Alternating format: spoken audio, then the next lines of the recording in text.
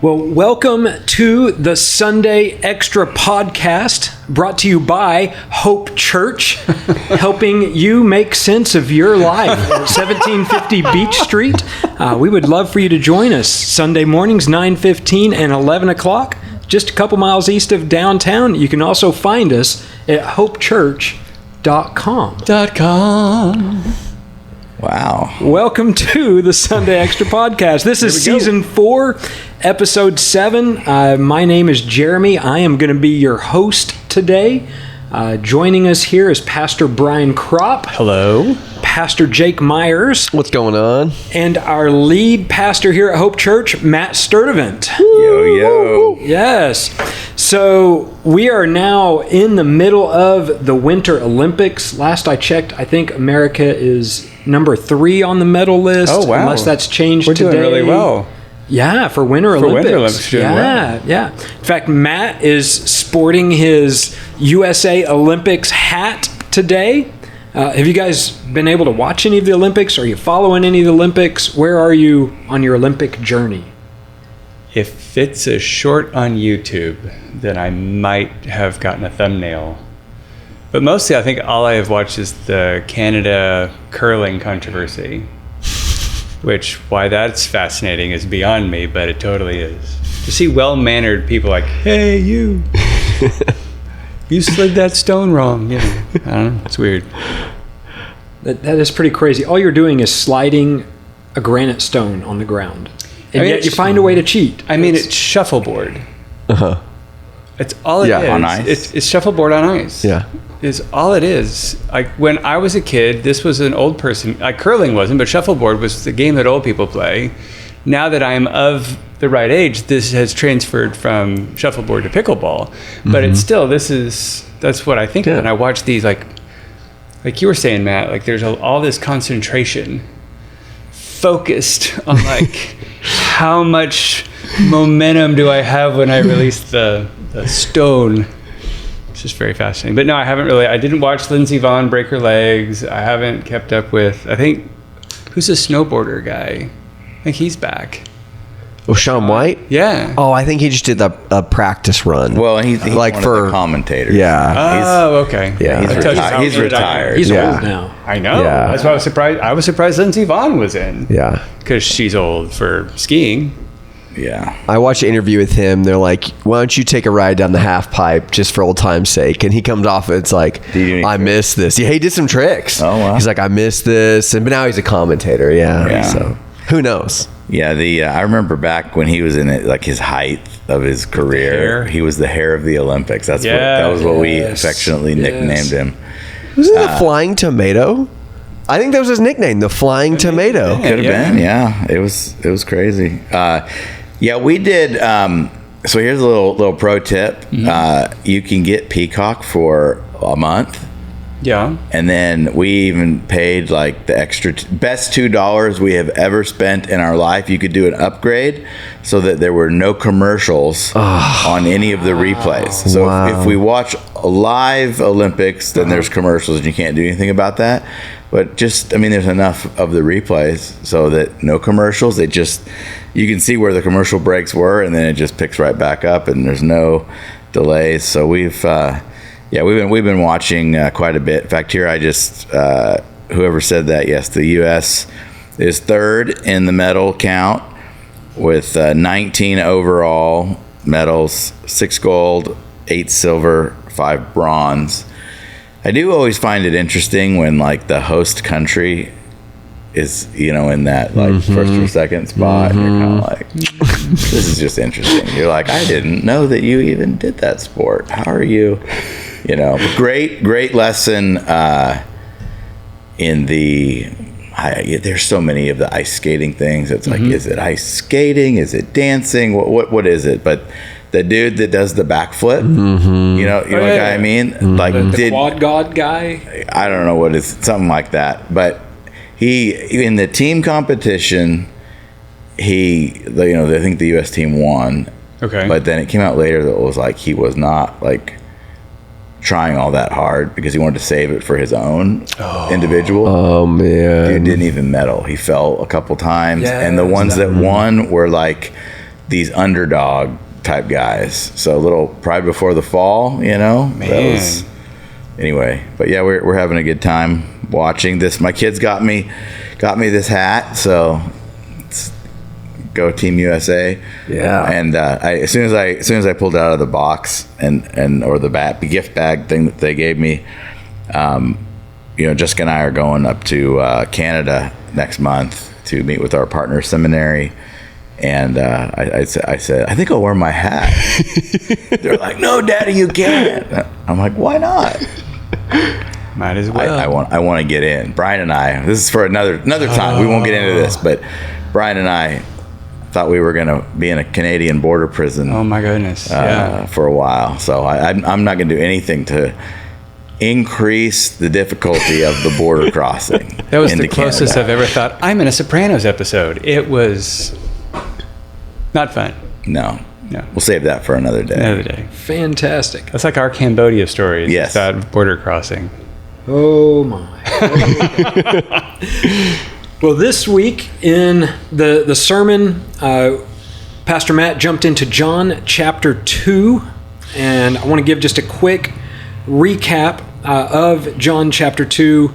But the big idea that you pointed out is that Jesus didn't come to improve on religion. Jesus came really to transform us so that he would be the object of our worship and become the center of our life. And so John chapter 2, there's two different scenes or two different instances that are recorded there, and you broke those down different, but they have kind of that same theme point. Scene 1, the wedding at Cana. This is where Jesus turns the water into wine. And your main point there was Jesus brings something new. And it was at a small village, a wedding. It's a multi-day event, and if they run out of wine, it's a big deal, like party over, big party foul.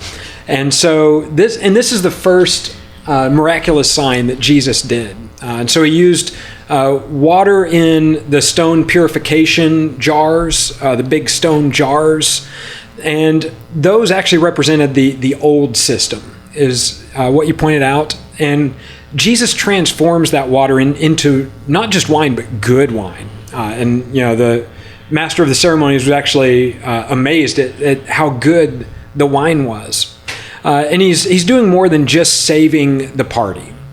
He's actually showing what he came to do, which is not just to improve our life, but to actually transform our life. And the real point, the heart of the gospel is Jesus doesn't just offer behavior modification, right? We're not just trying to be good people, but he actually offers a heart transformation. The old is gone and the new has come. He's not just making bad people better in some way. He's actually taking dead people and making them alive with him.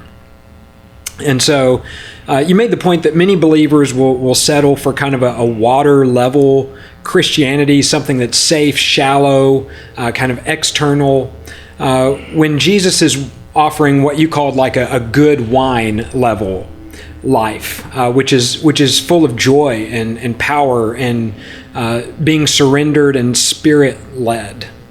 And it is interesting. You pointed out that Jesus does this first miracle. It's not at a synagogue. It's not at the temple, right, where there'd be like thousands of worshipers, but it's at a small town wedding.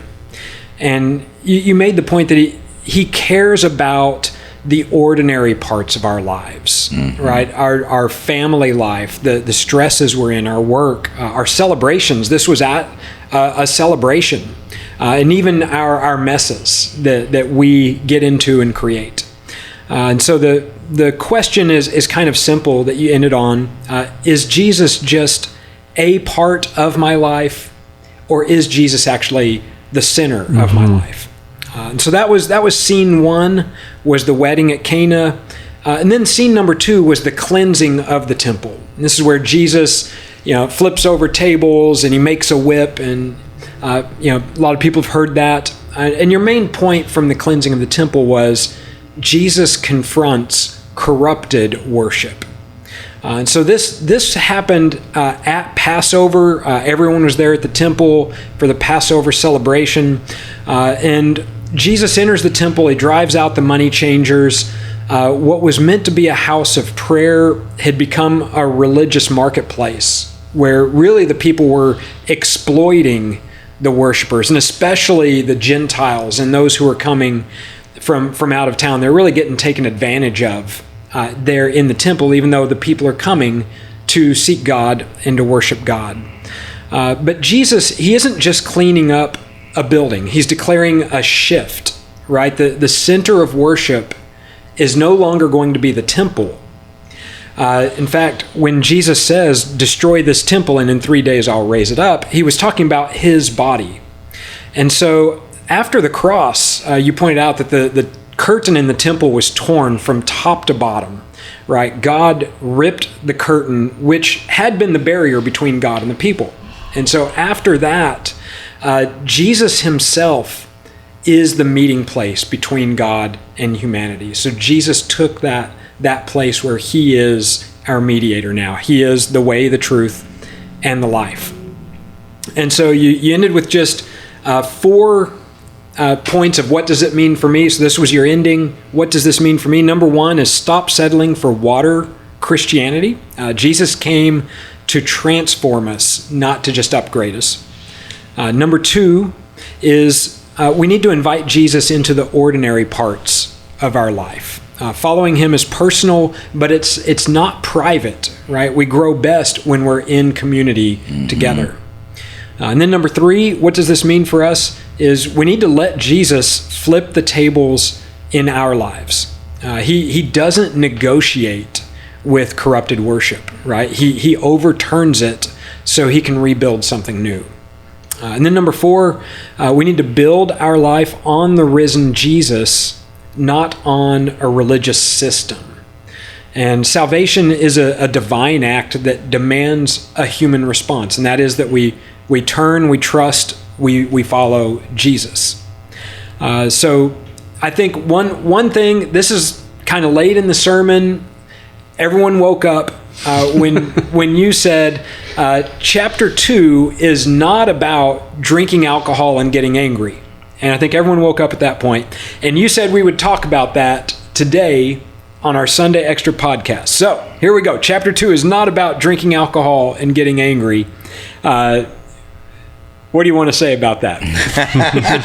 Wow. I'm certainly don't get angry while you've been drinking. You know, and I'm going to be careful. Let's not flip this table over. You know. I think I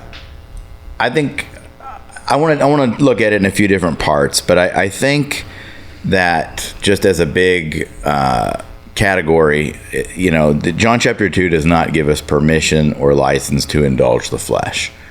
And I think what I've heard at different points, and I think this is often comes from maybe well-meaning but very immature Christians, or it basically like, you know, well, Jesus made wine, so there's no issues with drinking alcohol, and Jesus got angry, so, you know, that means I can get angry.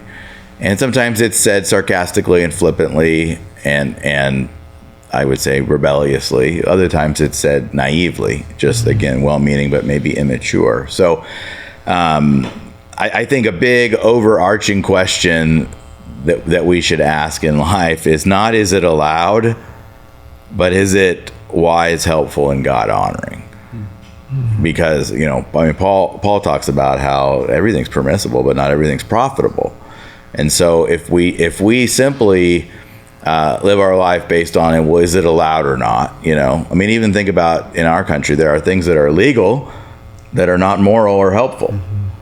So the allowability or the legality of it is not necessarily shouldn't be the standard for Christ followers. So I want to kind of take this in a couple of different parts, but I think again a big overarching piece of this is it's how we use our Christian freedom. We are free in Christ, and we do have freedom, and it's how we use it. So I also want to preface, so yes, I'm a pastor. We're all pastors, but I am coming at this from a couple of different angles, which, on a more serious note, I was run over by a drunk driver when I was 14 years old. So I have experienced the pain and the destruction that alcohol can lead to when it is abused. I am not a teetotaler, as they would say. I am right now because the doctoral program that I'm in, we did have to sign that we would not consume, any alcohol. So I have been, and I am, as soon as I started this program. And interestingly enough, part of the podcast is, our audience can get to know us a little bit better. I've actually probably done the bulk of my drinking on mission trips. And I, on one specific mission trip, we were in Europe, and I was the designated drinker for the team. Because we were going into a situation to do some connecting and some evangelism, and we were going to be in a pub, and it was going to be odd if none of us were drinking alcohol. And I was actually leading the team on that particular trip, and I had a conversation sort of individually with all of the team members earlier in that day to kind of find out where they were. And I said, I do not want you to violate your conscience. We will not get drunk this evening. But if you don't feel comfortable drinking, I want you to let me know. And it was a small team of people, and it just so happened to be that, one particular team member had some substance abuse issues from the past that they had gotten freedom from in Christ, and they really didn't want to, go down that road, and a couple others didn't feel comfortable. So we got to the night, and I was the designated drinker.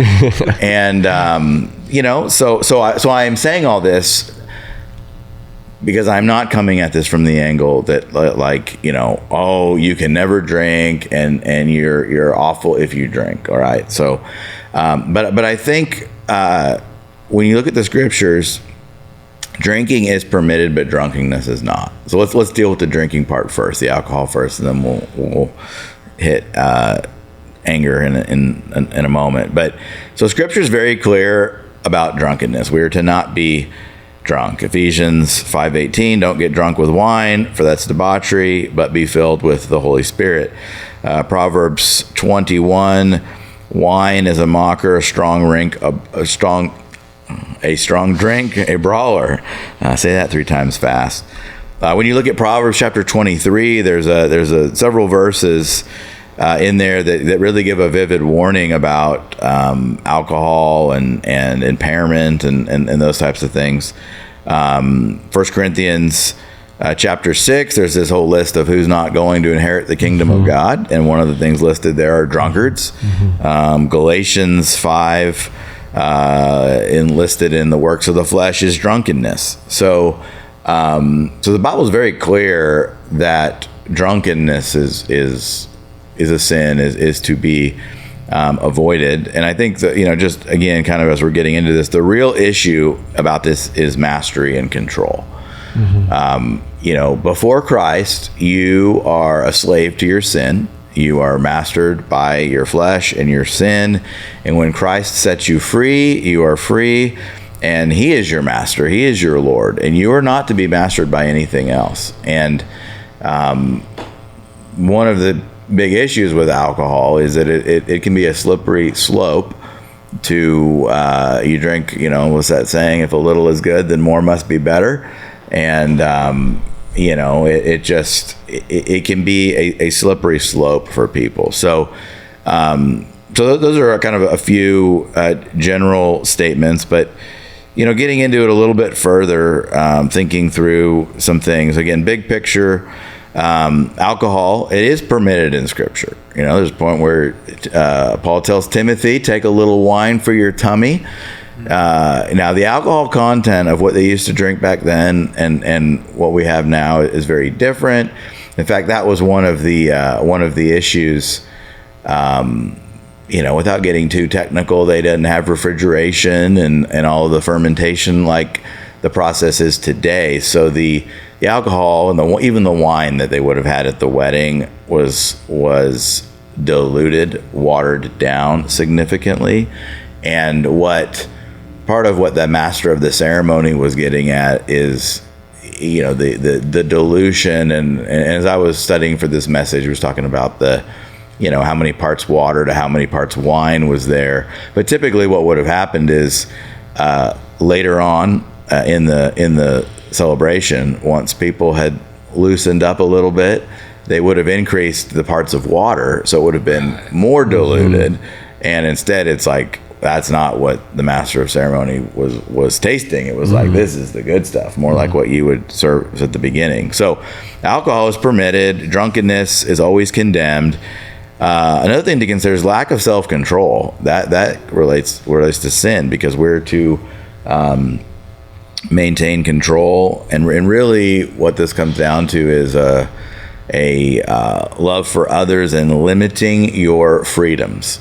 That's a big thing. So anyway, just to kind of, again, getting into this a little bit further on that freedom issue is Christian freedom is always lived under the lordship of Jesus. And it's not like, what can I get away with? But what honors Jesus as Lord of my life. And I think if we would take a step back and ask that question, there's probably a lot of things that maybe we would choose to do differently, right? I mean, is the thought that I'm having right now, does that honor Jesus? Is, what I'm viewing on TV or anywhere else, does that actually honor Jesus? Is the way that I'm speaking to my wife or to my children or to my friend or my coworker or my boss, is that actually honoring to Jesus what I'm saying? So when you think about this, the real test is the mastery part. Does this thing control me? Does it shape my decisions? Does it dull my spiritual alertness? Does it pull me closer to Jesus, or does it make it easier to kind of drift away? And alcohol, is one of those things that partaking of it in and of itself is not a sin. But what happens is it very quickly puts us in all kinds of situations where it's just not smart. You get a little alcohol in you, then your judgment starts to be impaired a little bit, and you're gonna make some decisions that maybe are not going to be God honoring. And if you look at the number of well-meaning people who have made very poor choices, and the percentage of how did they make decisions when they were completely free from any chemical agent versus when there was something or a lot of something? The signs are very telling. So, I think there's just a lot of situations where it's not wise. And so, do you need to drink it?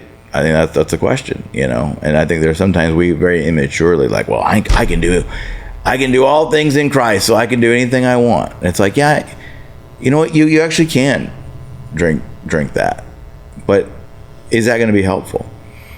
And then even, I think this is the part where people don't think about this, is we get so self-absorbed, so self-focused, thinking about ourselves, but we don't think about, the younger in the faith, the weaker brother or sister, and they see us do it, and so he does it, so I can do it, right? And then there's the things that we do, others will do in excess.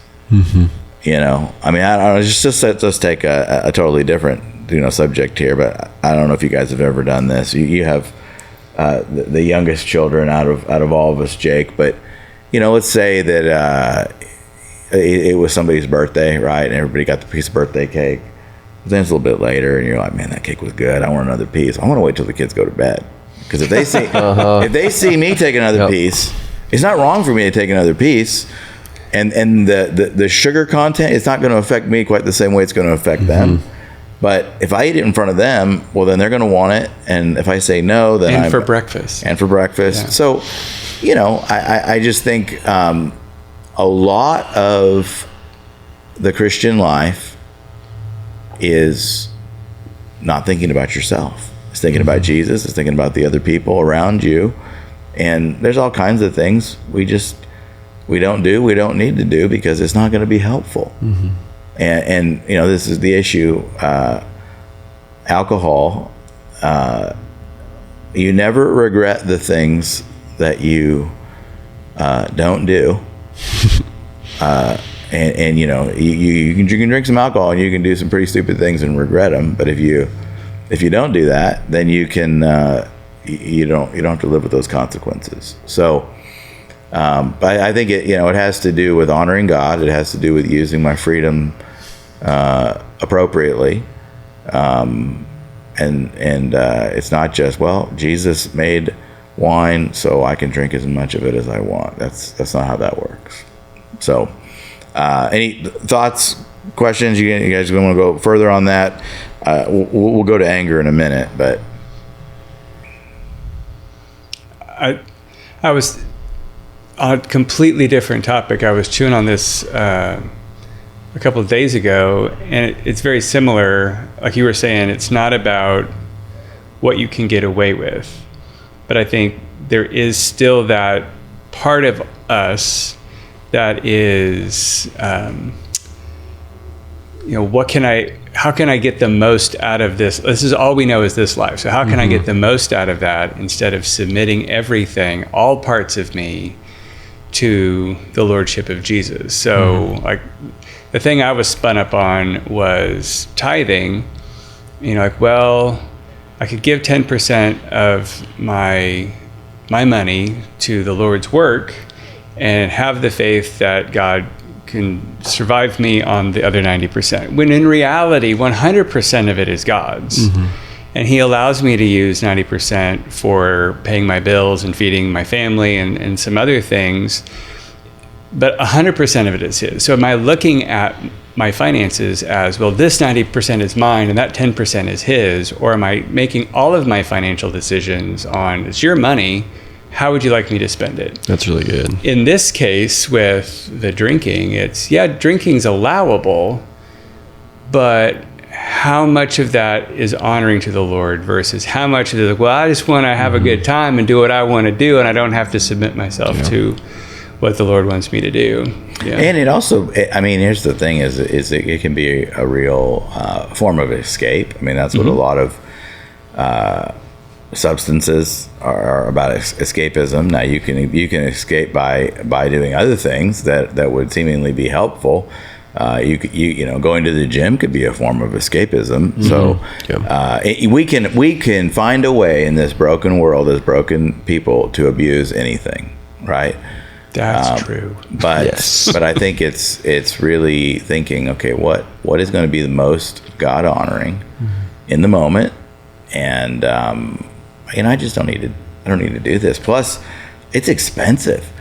I don't know if you've ever we were just in California, and we went out. We had pretty much all of the food that we ate was included in this conference that we were at, and we get breakfast in the hotel. So we went out to dinner one night, and I think I don't know if you could tell, but you sort of could see in their face when there's 5 guys sitting there at the restaurant, and it's like we all ordered, I think, water. Maybe there was like an iced tea, but it was like there was this like, oh man, our bill would have been a couple of $100 more if we had ordered a bunch of drinks.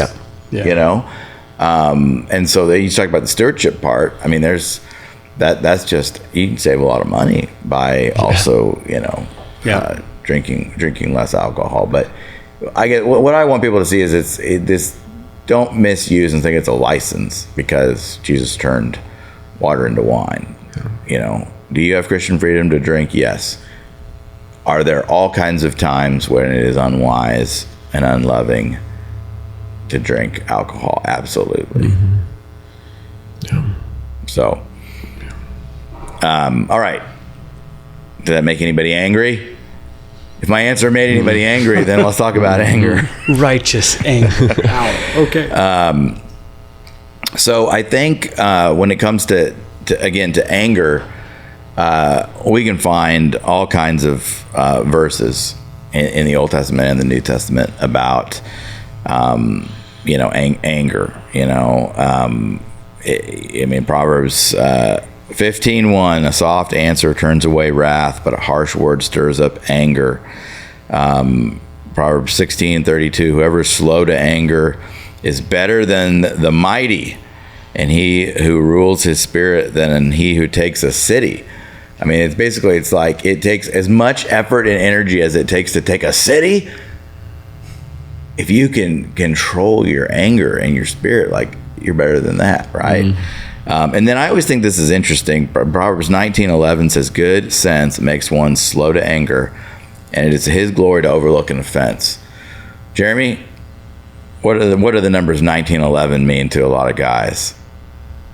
1911 means a pistol. Yeah. So, 45 caliber. Yeah. So to me, that's the good sense makes one slow to anger, and it is to his glory to overlook an offense. How many people have gotten quick to anger and not looked over an offense and shot somebody? Yeah.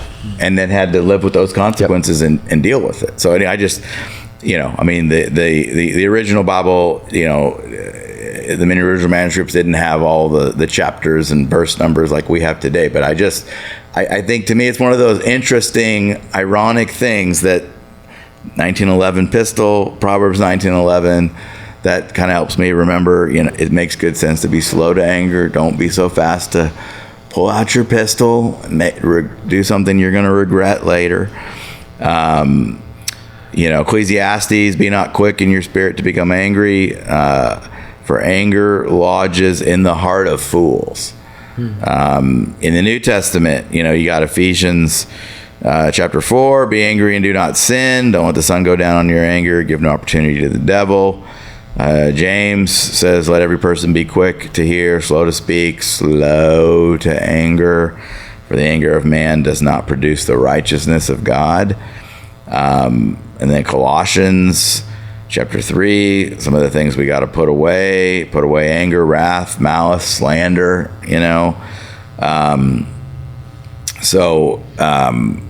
Anyway, so I think, is anger itself a sin?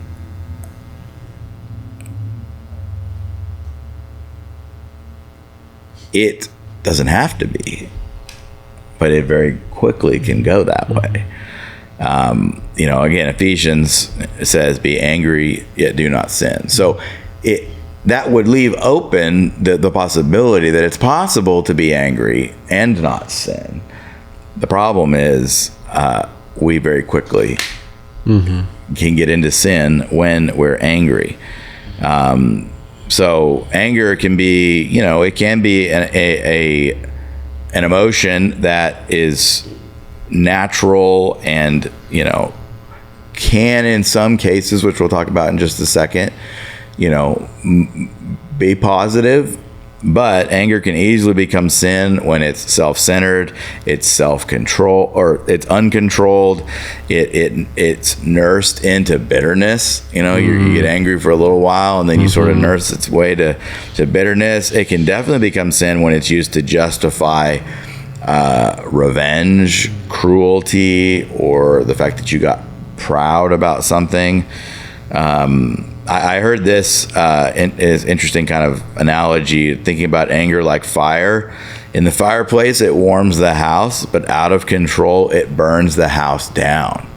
Wow. That's kind of interesting, right? We had that ice storm a couple weeks ago, and we had a nice little fire in the fireplace for a little bit, and it's nice and toasty, sat there with your feet up on the whatever that thing is, and just get all nice and toasty. But if some of that flame got out of the fireplace and onto the couch or a blanket and then went up the wall, very quickly the whole house could have burned down. So when is anger appropriate? Is it ever appropriate? Well, we saw Jesus got angry, so I think that when anger is triggered by the sin of others, when it's triggered by injustice or harm to others, not personal inconvenience, like maybe it falls into that righteous anger category. So I think again, here's a question to ask yourself: is, am I angry because God's holiness and his people are being harmed, or am I angry because my pride, my comfort, or my control is being threatened? And I just being totally honest, most of the time I get angry, and I'm tempted to get angry. It's because my pride, my comfort, or my control are being threatened. So that particularly the harmful, dangerous types of anger, again, which these are the ones that are more, at least me, maybe you guys are good here, but at least what I get tempted with is there's quick-tempered anger. There's this impulsive, reactive, emotional driven type of, something happens and it's a quick temper type thing. That's not good. Selfish, prideful anger, the kind that's like, I didn't get my way, so I'm angry. There can be this lingering, unforgiving anger that easily moves over to bitterness, that that I'm sort of rehearsing something and it can grow. There's can be a violent or vengeful type of an anger that it's anger that wants to hurt people and lash out in it. So anger is not always a sin, but it always carries danger, because I think it can very easily move into something. So Jesus cleansing the temple, which specifically, which is what we looked at in chapter 2, it was really about him showing his authority and his holiness, rather than just giving us permission to vent our anger. And this goes back to something we talk a lot about, that the Bible is both descriptive and prescriptive, and you do well to understand the difference between the two. There's all kinds of things that are being described in Scripture that we shouldn't do. We see stories of bad examples of, like, when you do that, it's going to go bad. In fact, here's how it went bad. So difference between descriptive and prescriptive, and so the big difference between Jesus' anger and ours. Okay, so here's a little something to think about here. Jesus' anger, when you look throughout the New Testament, his anger, it was rare. It was not his default mode. He was not just an angry person. It was controlled. It was never impulsive. It was never out of control. It was pure. There was no sin. There was no pride. There was no ego. It was purposeful. Okay, it was to protect worship, to confront corruption, and it was redemptive. It was aimed at God's glory and people's good. Right? I mean, the whole reason of why he wanted to cleanse the temple was so that it could become back to a place of worship. Here's the difference between our anger and his anger. Our anger can be frequent. It can be reactive. It can be self-protective. It can be pride-driven. It can be more about me than it is about God. Jesus, he had righteous anger without sinful motives. Our problem is we usually have sinful motives without righteous anger. And then, sometimes people are like, well, I want to be like Jesus. I want, Jesus got angry, so I can do that. And it's like, bro, here's the thing. You look at Jesus, his character. There's a whole lot of other elements of Jesus' character that we see a whole lot more frequently. That those are the things we need to work on. We need to work on humility. We need to work on patience. We need to work on self-control. We need to work on loving our enemies. We need to work on willing to suffer without sinning, which is what we see for Jesus. So, again, am I angry because God's holiness and people are being harmed, or because I'm being inconvenienced, disrespected, or challenged? Now, I have seen and experienced before what I think is righteous anger when I see somebody being wrongly treated. When you read things about awful things that have been done to children, true victims of heinous crimes. If you don't get a little angry over that, then I'm like, what's wrong with you? But there's not an action to take other than maybe like the next time it's time to vote, let's vote for more righteous people, or at least less wicked people, who will have laws be put in place that will protect people. If you serve on a jury and somebody, it's one of those types of cases that a heinous crime happens against someone, and you're on the jury, and the evidence is clear that the person is guilty, well, it's okay, and that's not being vengeful. That's giving justice, right? To give a guilty verdict. So it is possible, to have this righteous anger, but that's not the one we get tempted with. Right. When we drive home tonight, if somebody cuts us off, I will not be tempted with righteous anger at the moment somebody cuts me off. It's the other kind of anger. So anyway, those are just a couple of things. Again, I think they both really look around like, how are we going to use our freedoms? Are we going to submit all areas of our life to the lordship of Jesus? Or am I just going to indulge my flesh and do what I want when I want it and when I feel like it, and then things aren't going to go so well? Make sense? Yeah. When it's one of those things, like we hear, like we're not supposed to be wrathful, or some other what we would call negative emotions, and then we read that God does or is those things. Like God is a jealous God, but jealousy's wrong, isn't it? Or God is wrathful, but we're not supposed to be wrathful. Or like, how does that?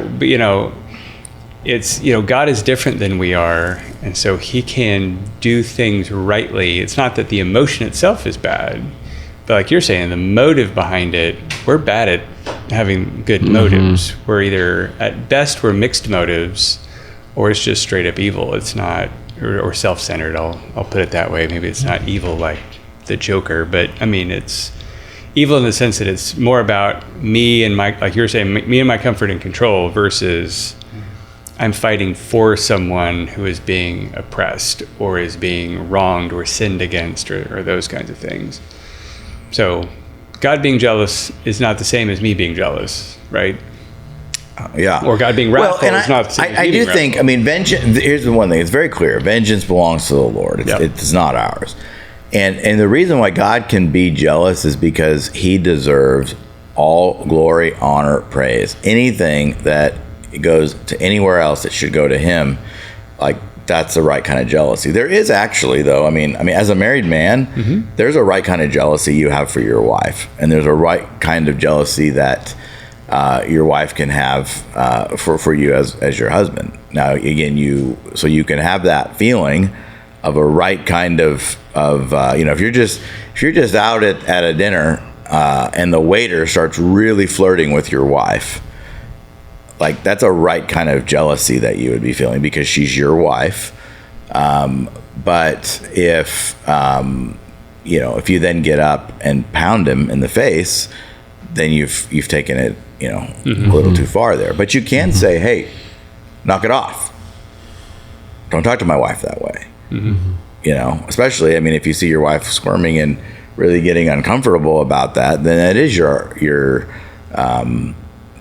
it is your time and your moment to stand up and tell them to knock it off and go tell the manager, I want a new waiter here. This guy's bothering my wife, acting inappropriate.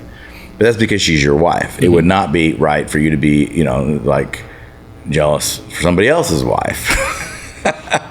So again, it's when things are in the proper order and proper stewardship, then it looks one way, but outside of that, it looks very different. And then I think the other thing, though, that just I don't want to chase this rabbit too far, but I think we do need to just acknowledge this, that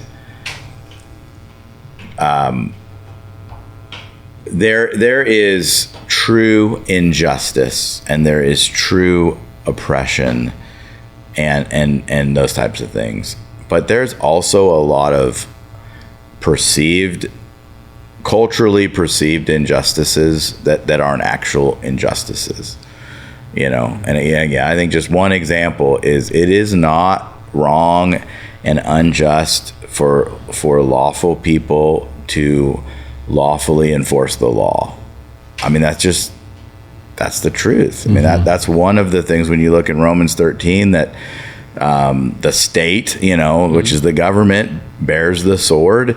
And part of that is they should be a terror to evil and not to those that do good. So when you break the law and the law comes after you, then that's not an injustice. That's actually justice. So there's just so many cultural things now, but anybody who makes me feel, a way that I don't want to feel right now has wronged me and oppressed me and all that. And that's not true. So I say that because, we talk about having righteous anger towards oppression and injustice. I'm talking about real oppression and injustice, not a perceived oppression or injustice. Yeah, that's really good. I think so many times we want to define it the way we want to define it, not the biblical definition. So. Yeah. Yep. All right. Good final word there. Yep. Well, jumping on to the next question. This was towards the end of the sermon when you were going through the how's this apply to me? And you said, invite Jesus into the ordinary parts of your life. And you use that to make your plug to join a group. And so, you do this when we launch groups. It really is important to be in a group, but I thought I'd throw it out to the group here. Different kind of group, but still a group. How has being in groups over the years helped you become the person you are today, or how has it been helpful to you to be in a group at different times? I found it pretty helpful to be in different types of groups, and I've got different perspectives. My wife and I, we have 3 kids. We haven't always been in a couples group, though. I led a men's group, and we had such a great experience going through our founding pastor's book on living life God's way. And it was super helpful because there was guys in the group in their 60s, there was guys in the group in their 20s. And so you get this ranging perspective. And then I've really enjoyed also being in couples groups. So I'm in a group right now of parents of young kids, and man, just being able to commiserate with other couples, oh, you have a kid that's doing this and this and this, and oh, I have one too. And whether it's, sharing homeschool material or man, what is your thought on handling this difficult behavior that your kid is doing? Being able to be in a group where you can connect over similarities is so helpful. And then we're going through a book by Kenneth Boa right now, and that's been great. Just being able to get the content. It's almost like, you're working your 9-to-5 job, and I just came out of a physical therapy career where most of what I did it had, no relation to spiritual things, but you bring your Christian faith into the workplace, and you're around people that don't know God, and sometimes that is difficult to pull yourself out of, like, yeah, they might be talking that way, but I'm not going to talk that way because I'm set apart as a Christian. But you come to group and you're like, oh man, there's people that are going to be building me up rather than exhibiting behaviors that aren't helpful. So for me, and I think that's one of the great things about Hope Church, is we don't often do groups on Monday. Because you go to church on Sunday and you get filled up, and then you kind of just fight in those battles, and you have a midweek group and you're like, man, I was really refreshed. So for me, it's been perspective, it's been refreshment, it's been just being able to learn from different types of people, and just being able to commiserate and connect, and similarities. It's been huge for me. Groups have been awesome. I think one of the things that I noticed during COVID in particular was, like, on staff, I deal with communications and those kinds of things. And so I was dealing a lot with how our church is handling online church and what are the best practices and all that kind of stuff. And the drumbeat that I kept hearing was, I question whether or not, once buildings open back up, if I will go back to in-person worship. Like, in-person worship might be dead because you can see the best preachers in the world on the computer. And why would I hassle myself with getting a shower, getting dressed, getting the kids together, and going somewhere? It's a lot of work. And I kept thinking, well, that's okay. That's the sermon. But that's not church. That's not being a part of the body. That is just listening essentially to a spiritual lecture and taking in that step. And I think groups is really where that makes that transference. So like you, Matt, you could say all kinds of stuff from the stage that are true and right and good, and then I'll have an interpretation of how that needs to get applied into my life. And then I go to a group with Jake, and I say, okay, that's how he's applying. Oh, that's interesting. I wouldn't have thought to apply it that way. Yeah. Maybe I should try apply. Okay. And then Jeremy, oh, you're doing it. Okay. So there's more than one way to do this. And then I don't think anybody's ever done this, but maybe they have, where Jake, you do look at my life, I would never have thought to do life that way. And so, you think in one channel of, this is what biblical living looks like. And groups allows for, like, oh, there's actually more color to living in God's ways. And I don't know if freedom's the right word, but there's just more variety of how that looks, where you're with people who are trying to walk in God's ways right alongside you, and like, oh, yeah, I'll try that. It's been very helpful. And it's also given me midweek people that I can ask questions of that are not technically in an authority role. So it's not my group leader, it's not my pastor. It's like, I've got this, what do you think about blah, blah, blah? Like, how do you deal with temper tantrums with your kids? Or how do you deal with, we've got holidays coming up and you got family coming up. How do you kind of deal with some issues? You can ask some people where the pressure is a little lower, and the answer is not coming with, well, the Bible says, like, it doesn't have quite the level of authority. You can kind of like, okay, well, let me pray about that. I'm gonna get some input from you and all that kind of stuff. And so that's been good too. And out of that, I have really been encouraged to grow deeper in my day-to-day walk. Like the spiritual disciplines, I'm often challenged by people like, I decided to take this prayer challenge, or I decided to take this Bible reading challenge, or I decided, whatever it is. It's been helpful to be a part of groups for all of those reasons too. Yeah, and I think you guys took all the good answers. Okay, good. Well, we're done then. Yep. But one thing that I've noticed, and I know other people have alluded to this. I don't know how many times when it comes to group signups or when it comes to the night that group is meeting, I just don't see how it's going to be helpful. Like, I'm tired, I'm giving up another night of my week, and before I go, it's like I don't see how I'm going to get anything out of it. I don't see how this is going to be helpful. Is this worth 2 hours of my evening, and like you said, actually taking a shower and things like that. Right? I appreciate that you do that. Really hard things in life. Yeah, I know, right? But and then you go, and by the end of it, it's what you guys have been talking about. The sharing, the strengthening, the just the reassurance that I'm not the only one who has to walk through this. You walk out just feeling refreshed, feeling strengthened. And even if physically I'm tired, because yes, I did give up 2 more hours, I have that strength to keep going the rest of the week. And it's always just super helpful. But, I'm right there with any listeners who haven't signed up for groups, and they're like, I don't know if it's worth it. I've been there, and on the other end, it is. Well, I think the other part of that we've all been talking about is it's mostly not about the content. Like, you're reading a book by Kenneth Boa, and it is helpful. The content is helpful. Yeah. But most of where group has been helpful in our lives have been the interactions with other people.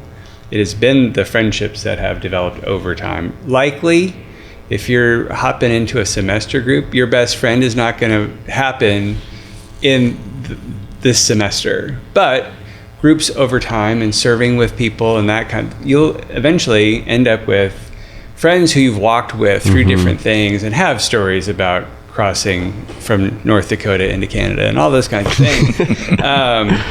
Because you've been around those same people. But the content isn't unhelpful, but that's not the biggest benefit out of groups, is the content.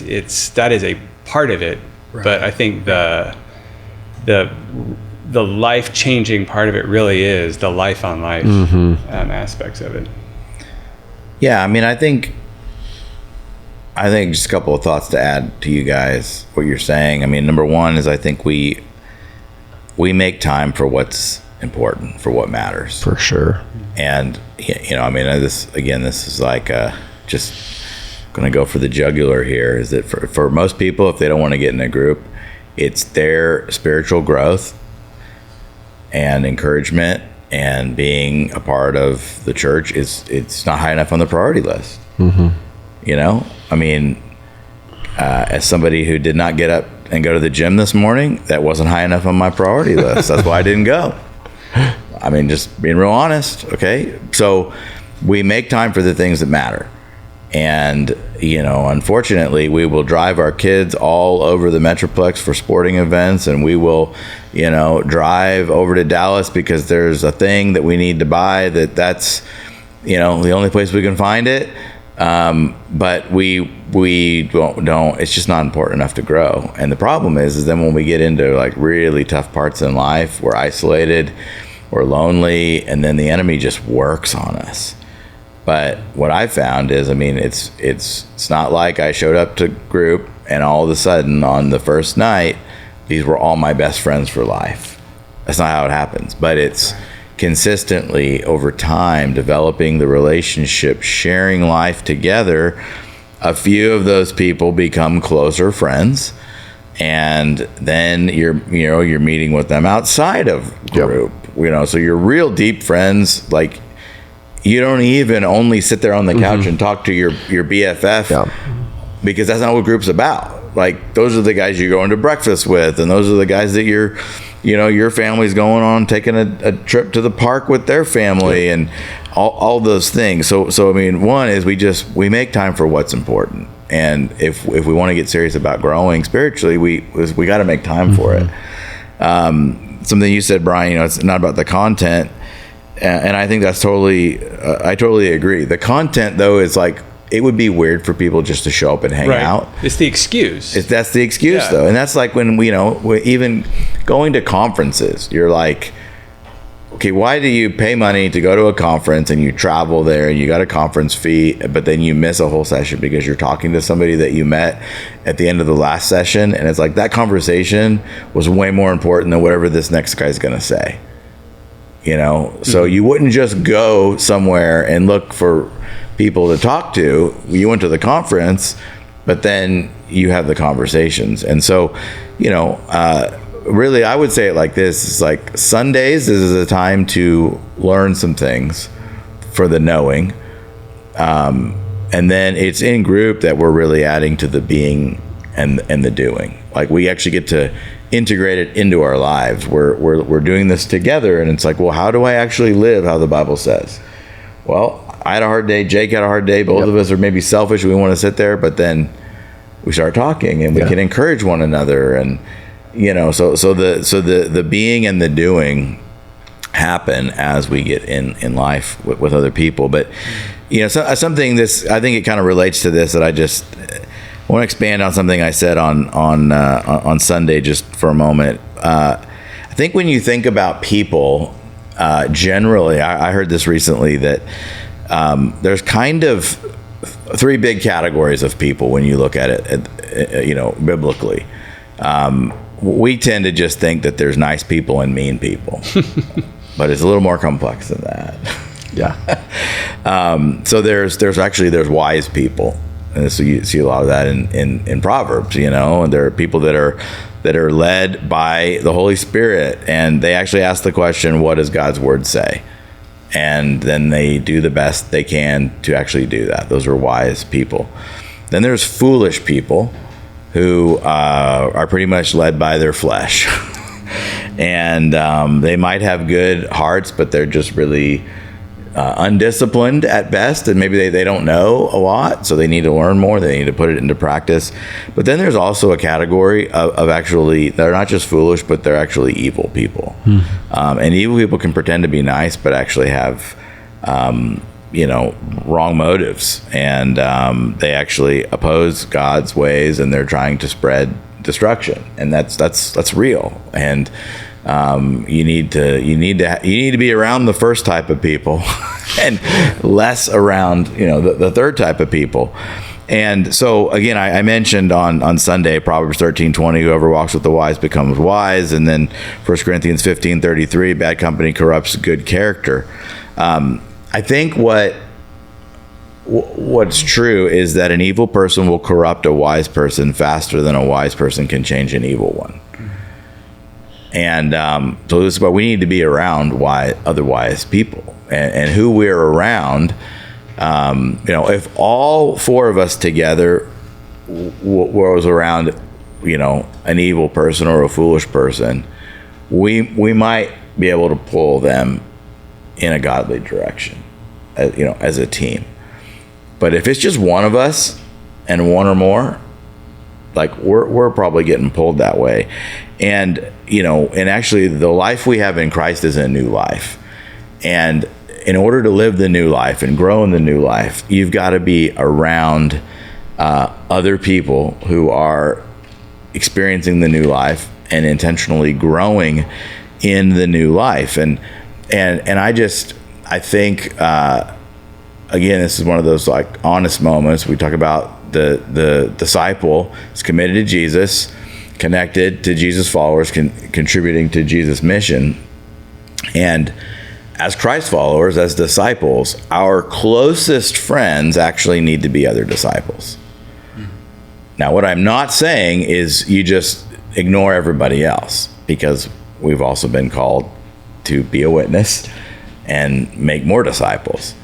And I think that's a tension that it's a tension to manage, is that there are those that want to just huddle up, do the holy huddle, and only ever spend time with other disciples and not do anything to try to reach people.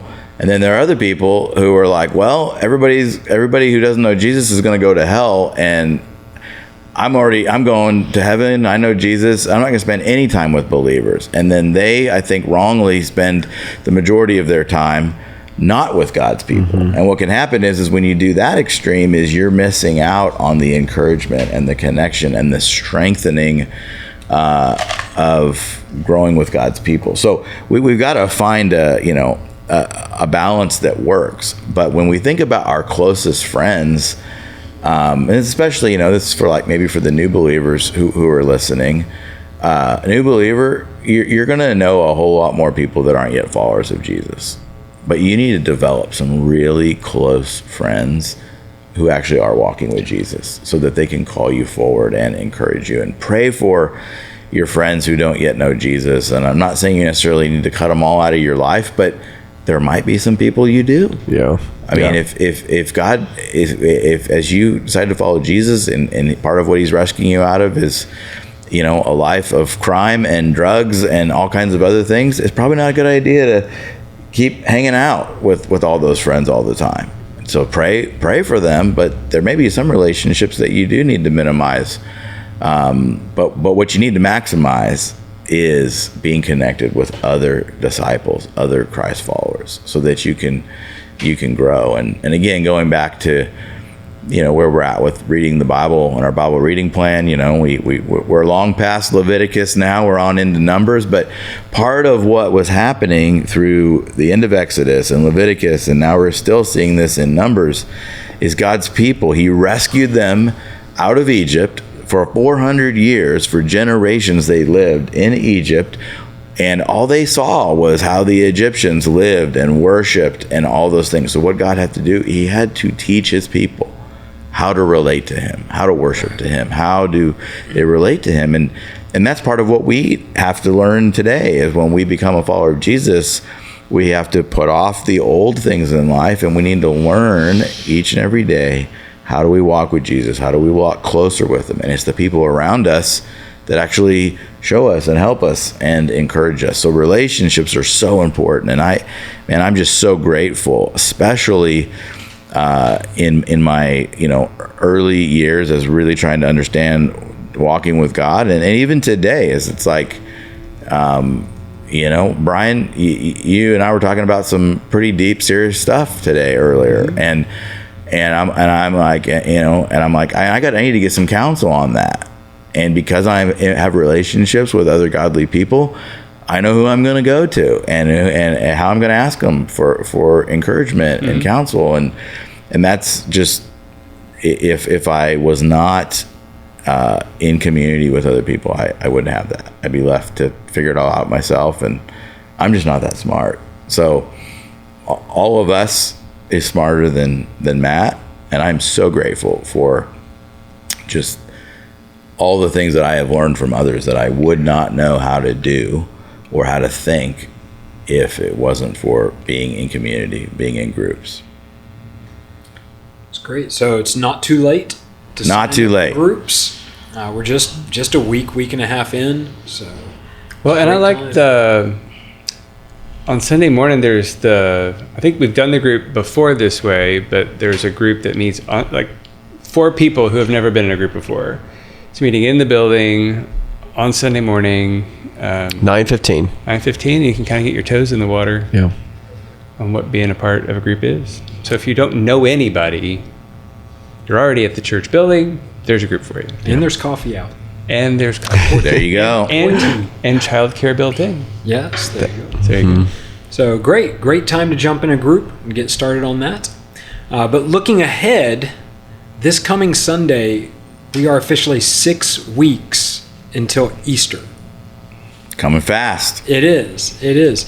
And so as we look ahead, any advice on praying for people, inviting people to Easter over the next 6 weeks? Do it. Yep. Good advice. That was going to be my thing. Sorry, I saw you going for it, and I was like, I snuck it in there. Snuck it in there. I'm going to let our discipleship pastor take a lead on this one. Jake, what should we do? How do we do this? Make it easy for us. Yeah. All right. So often the two most common times of the year someone's be more likely to come to church is Easter and Christmas Eve.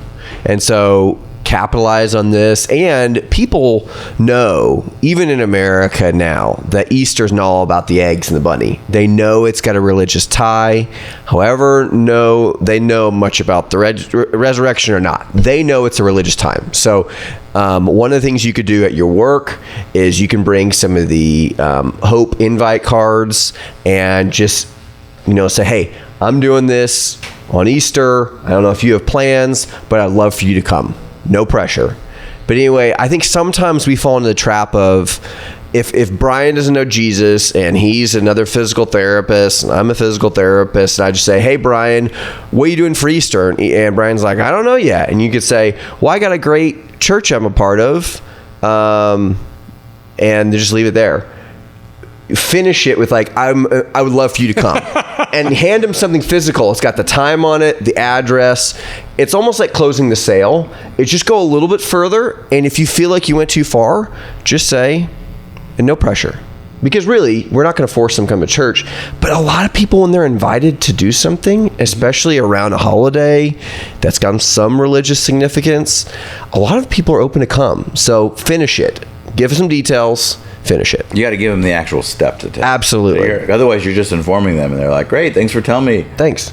But it's actually, I mean, it's technically not an invitation yet until you actually invite them. Yeah, right? I'm inviting you. Here's the information. I'd love for you to come. Yeah. Yeah. That's Which good. really that's the whole thing, is the inviting part. You know, Yeah. I don't know of many people who are going to reject the invitation, like, get that out of my face, you know, whatever. Yeah. They're going to probably take it, and Yeah. whether they show up or not, that's a whole other thing. But again, going along with it, we're called to be witnesses, not attorneys. We're called to invite, not to make them do things. Yeah. Like, you know. But I think the other thing that we've done as a church for a while now is we're inviting people to Easter. You don't have to worry about, I don't know what the pastor's going to talk about that day. I don't know what the songs are going to be. I don't know, you know. That doesn't matter. I think for most people, they're looking for a place to celebrate Easter. Yeah. And whatever that means for them, they want to do that. So just invite them to Easter, and then we're gonna host well. Probably. I mean, unless something like really wild happens, we're gonna host well, and so they will have had a good time at church. Yeah, I would add to the just do it. If it's somebody that you know that you already have really any level of relationship with, ask them early. Don't wait until the week of, because especially if they have kids, they're seeing stuff in the stores, the Easter, you know, man, what if they already made plans and they would have said yes, but now, you know, the week of, they're like, oh, well, we're already going to just go to the park and do our own that's really Easter egg good. hunt. Yeah. You know, ask them early. Yeah. Get the plan on their calendar. You know? Yeah, I think the only thing I would add to this is a couple of things. One is, you know, we talk about having people to pray for, you know, at different points. We talk about like having the one person you're praying for. Other times, you know, we might talk about like, you know, who are the couple of people you're praying for, and we've given out different cards. So I think the point of that is pray. Like start with prayer. And even, you know, and especially if some of you, when you think about Easter, it's like, I already know who I'm going to invite. Others is like, I don't know who I would invite. Well, that's definitely the perfect time to start praying. Start praying and saying, God, who should I invite? And, you know, generally speaking, we talk about when, you know, where do I be a witness? Who do I witness? Well, it's to wherever I live, work, and play. And it's who do I know who's far from God but close to me, right? So that's where we start. But the unique thing about Easter is there's also, you don't have to have a deep relationship with somebody to invite them. That's definitely more like this, like you were saying, this cultural time where, you know, if you've got a stack of like little cards, usually most of the invites we have are small. You can carry them in your pocket. I mean, maybe you're in the checkout line at the grocery store and you just casually strike up a conversation with the person next to you, and you're like, hey, you know, I want to invite you to join me at Hope Church for Easter. Love to have you if you don't have plans. And that's like, well, it's a you know, it's a moment in the calendar that's coming up that's a little different than just any Sunday. So definitely start with, who do you know who's close to you but far from God, where you live, work, and play.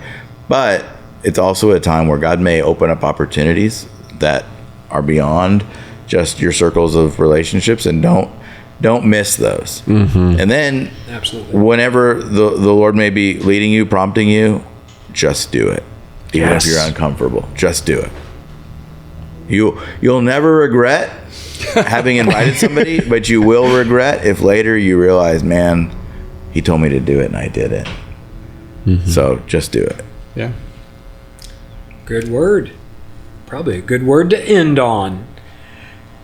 Well, I appreciate y'all tuning in, listening. This wraps up episode 7 of season 4 of our Hope Church Sunday Extra podcast. We hope to see you here at Hope Church, just east of downtown Fort Worth, 1750 Beach Street, on a Sunday morning. This Sunday, chapters 3 and 4 of John. Is that right? Yeah. We took 2 weeks on chapter 1 week on chapter 2. This time we're going to combine chapter 3 and 4. It's getting faster. And we're going to, there's a really interesting kind of a 1-2 punch that we see in some conversations that Jesus has. One of them happens in chapter 3. The next conversation happens in chapter 4. And it kind of really ties into this whole, the invitation and Easter coming up. And what is it that Jesus invites all of us to? Well, it's a new life, but the invitation looks different depending on where we're at. So we're going to have some fun on Sunday. Okay, so last week, drinking and anger, and now we get a 1-2 punch. Boom, boom. I like the way this is progressing. But come join us 9:15 or 11 o'clock for our Sunday morning services, and we'll catch you next week wherever you watch or listen to the Sunday Extra podcast.